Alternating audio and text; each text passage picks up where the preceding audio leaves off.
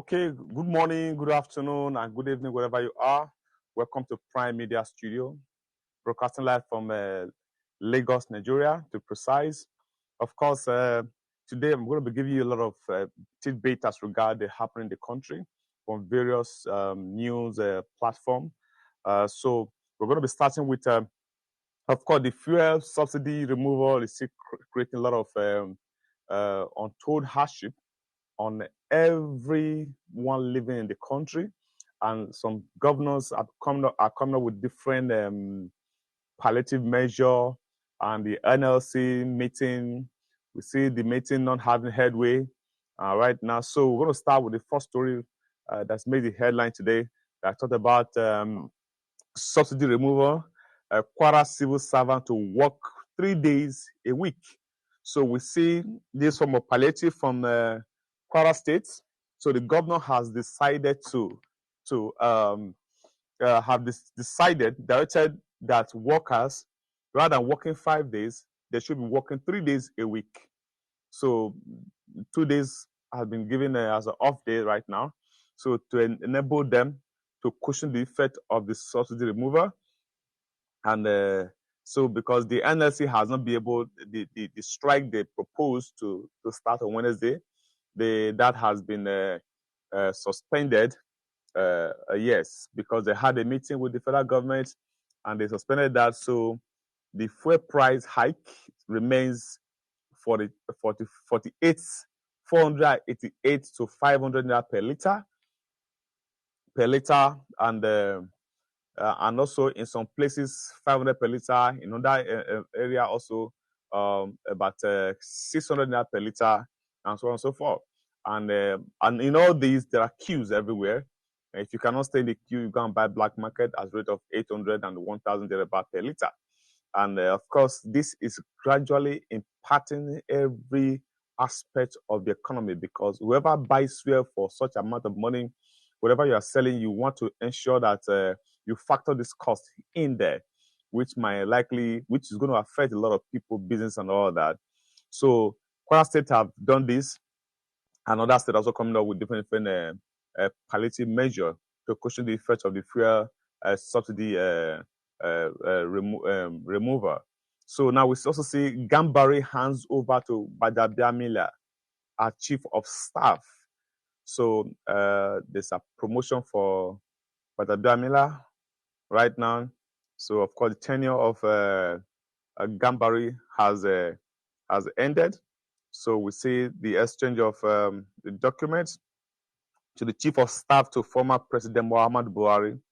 Ibrahim Gambari has handed over to the outgoing Speaker of the House of Representatives, Femi Gbajabiamila, who takes up the mantle. So Gambari held the position from 2020 to 2023 after the death of his predecessor, Abba Kyari, in April 2020. The session which showcased the handover document took place on Monday at the presidential villa in Abuja and was witnessed by President Bola Ahmed Tinubu. So yeah, promotion for Gbajabiamila from one position to another. Yes. So then moving on, talking about the fuel subsidy, NLC, TUC suspend planned strike to reconvene on the 19th. So they have, based on the meeting the NLC and the TUC had with the federal government, they have decided to suspend the strike, then look for more ways to dialogue and discuss with the federal government. And 19th has been a day that is fixed. But a lot of people are asking questions. Why don't they return back to status quo before having this meeting? Which means that the fuel price should have been reversed to the normal price. Then these talks can then continue before they'll now come up to a certain price. But that has not been the case. The price remains as it is right now, 488 to 500 as official price. And so we are going to be on this the 19th of June, when they will have another meeting to decide the way forward. So that's what the NLC are telling us right now, that they are going to be convening on the 19th of June, and this is 6th of June. So 11 days. What am I saying? 13 days from now. Yes, so we are going to be buying fuel at the rate of 488 naira and 500 naira at NNPC filling stations and some other stations like that until 19th, when the government will now decide on the whatever they're going to come out from that meeting. So that is as it is right now. The strike that a lot of people were hoping to back on has been suspended. So on pending that meeting, of course, the second story talks about called bars and LC TUC from embarking on strike over subsidy removal. So on the 5th, the court case was the NSC was given court's injunction not to embark on any strike pending the. So the federal government went to court to actually stop NLC from embarking on strike. Okay, so that's how it is, and this case will be decided. We'll be looking to on the same 19th of June. So that is how it is. So we have to. The question is, on the normal circumstances, should the NLC hold on to this court case, or they have right to embark on strike as whenever they seem deemed fit? But notwithstanding, so that is how it is over there. Then, of course, TUC demands, before now, the TUC demanded that the minimum wage should be 200,000. Yeah, based on the hike and the cost and the standard of living in the country. The TUC, they have looked into the whole process and decided that the best price, the best cost of the salary that every staff should be, worker should be receiving, the minimum wage should be 200,000. Because we look at the price hike and the price of fuel and the price of food stuff in the market, the cost of going to work and coming back, you discover that even 150,000 can't even handle it. Not to talk about the 30,000 that was the current minimum wage. So TUC are demanding that the minimum wage for workers from as far this regime is concerned should be 200,000. And yeah, I was trying to analyze this personally, and I used Ajah, for example, for those working in Ajah area, and the cost of transportation going to work and coming as it is right now, it's about you roughly be spending like 90,000 a month. And you imagine you earn 100,000, you spend 90,000. There's no money there, or you maybe you earn 150,000 and you spend as much as 90,000. So the NLC, the TUC are saying that the best wage any staff should earn right now, the least should be 200,000. This is the only way they can be able to cushion the effect of the recent hike and the cost of food items in the market. Okay, moving on. We'll look at the story I talked about, Owo attack. Survivors groan, families of victims relive sad experiences 1 year after. Remember the massacre in Owo at the church almost about a year ago. So, and people, it's more of a remembrance day today, because the massacre was serious. People were worshiping, and suddenly AK within the criminals element enter the church and shot and probably kill a lot of people. So families of the victims murdered a year ago by terrorists at the St. Francis Catholic Church in Owo, Ondo State, have continued to recount their sad ordeal and experiences. It should be recalled that no fewer than 41 worshippers, including children and the aged, were murdered during a morning mass by the terrorists. The killers also drew dynamite inside the church. Aside from the shooting, the worshippers at close range on June 5th, 2022, while many victims were severely injured, others are still nursing their wounds and shuttling between their homes and specialist hospitals. So that's 41 people were killed on that day, and it is Remembrance Day today for that incident. It was a horrible one, because how can people be worshiping and somebody just coming from nowhere and start shooting sporadically and throwing bombs? But that was indeed a massacre. So, moving on. Let's look at the story that says 1 billion petrol, other contraband goods seized in May. So custom is explaining what they have seized in the month of May. A lot of 1 billion, that's a lot of money, you know. And the story reads, a man carries jerry cans to search for fuel in Lagos on May 21st, 2015. Long queues form a petrol stations across oil-rich Nigeria on May. So Nigerian Customs Service Federal Operation Units Zone A, Ikeja said it has intercepted 30,900 liters of petroleum premium motor spirit, otherwise known as petrol, and 6,861 bags of foreign parboiled rice, equivalent to 12 trailer loads, and others with a duty paid value of 1 billion in May 2023. The unit disclosed these in a statement on Monday. It said the contrabands were intercepted at different times and locations within border corridors of the Southwest Zone. The acting customs area controller in charge of the unit, Hussein Ejibunu, explained that some of the contrabands were intercepted for either violating the guidelines on deportation, exportations of goods, concealment, undervaluation, or wrong classifications, and smuggling. He said others were seized for contravening policy directives, as in the case of foreign parboiled rice. You ask me, that's a lot of money there, and this were the one they were able to seize and could account for. Okay, moving on. There's this other story on the Punch Vanguard newspaper. It's a sad one there.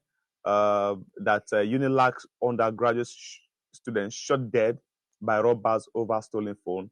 The story reads that she wanted to board a vehicle to a destination, and she was robbed inside the vehicle.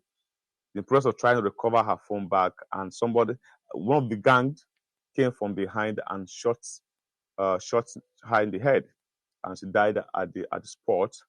And so I think she's a 23-year-old undergraduate of the University of Lagos, Unilag, identified as Adekunle, has shot dead while trying to recover a stolen phone from an armed robber. According to reports, the Unilag undergraduate was shot dead by some unknown gunmen at Harvey Road, Moore Road Junction in Yaba area of the state on Saturday. It was gathered that Adekunle and his schoolmates, identified as Opeyemi, boarded a shuttle bus from Yaba to Unilag, and while in the vehicle, a man who was hanging at the back of the bus dispossessed Opeyemi of her iPhone 7 Plus. Disturbed by the incident, Opeyemi cried out for help and in desperate attempt to retrieve the phone from the robber, who jumped down from the bus and fled. Adekunle pursued him. Eyewitness account said, realizing that Adekunle was closing on the suspect, one of the hoodlums suspected to be working with the fleeing suspect appeared from nowhere and shot the Unilag undergraduate. Okay, so that was what happened, and the Adekunle died on the spot. I just really hope that the police will quickly look into this and be able to see if they can identify these criminal elements that just wasted that young, they will waste Adekunle's life like that, you know. And this is it's common though. Thieves here and there. A lot of people that are going out these days, they try to conceal their phones to avoid such incidents. Okay, yeah, moving on. That story is on the Vanguard. You can look into it and be able to read through and see what is there. And we can see still on Punch newspaper, Nigeria Air, Revs grill aviation justice ministries officials today. So you can see that story on the Punch newspaper. So the House of Representatives Committee on Aviation has rescheduled its investigative hearing on the controversial launch of Air Nigeria, Nigeria's national carrier. By the last administration led by Muhammadu Buhari, the committee had invited relevant stakeholders to the hearing, earlier scheduled for Monday in Abuja. However, representatives of most of the stakeholders had left the venue before the arrival of the committee's chairman. So they have rescheduled the hearing to look into why the Nigeria Air has not been functioning, despite the resources made available for the takeoff. So that's on that. So let's move on. Of course, a lot of people are recounting the prospects and what is happening in this administration. Now we can see 78 killed, 12 kidnapped in Tinubu's first week. So it's a report that about 78 people have died already in this administration.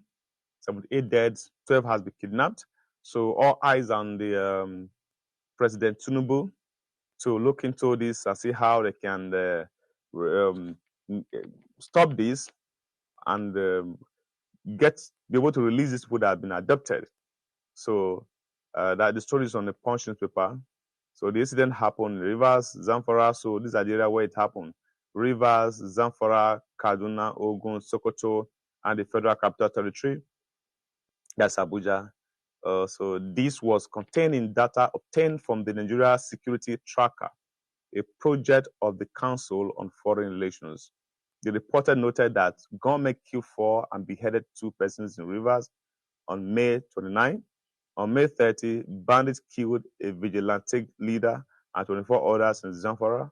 Also on May 30, 2 APC women leaders were kidnapped after attending the Kaduna governor's inauguration. On the same day, bandits killed a man and kidnapped his wife and 4 kids in Kaduna.